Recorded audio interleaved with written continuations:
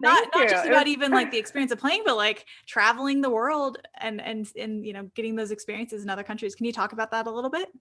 yeah. So this was an opportunity that I got through UCLA, and basically, so I studied with Jens Lindemann, who's our trumpet professor, and he sent us all a message, a bunch of graduate brass players, and said, I'm working on something. Can you guys just hold these dates in November?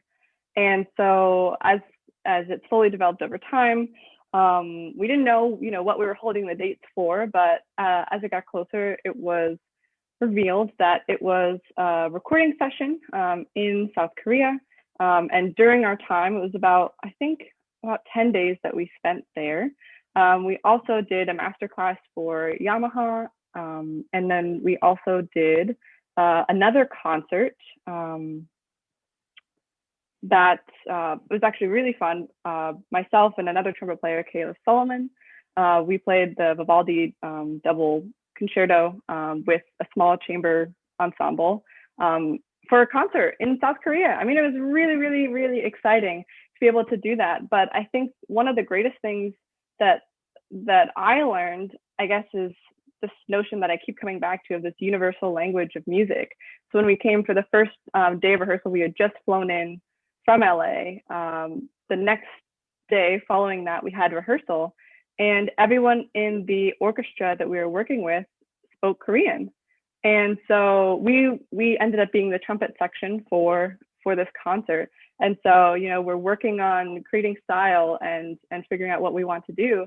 And, we're also working with these other amazing brass players, and we're all, also working with our conductor and trying to figure out, we have this universal language that we all speak, and how are we, communicating this so that we have the most, effective concert when we do that. And I guess one of the best things about this was seeing sort of behind the scenes as well, of seeing how Jens, who was in the Canadian brass for a very long time, how he sort of threw this concert together, and seeing the sort of thought process of how someone creates, an exciting concert with different sorts of programming, of a little jazz, of a little heavy duty classical music. The piece by Ian Krauss was an incredible challenge and great orchestration. And so there was a lot there, and included in that was just getting to travel and being immersed in another culture for a very short period of time, and trying to experience everything that you can.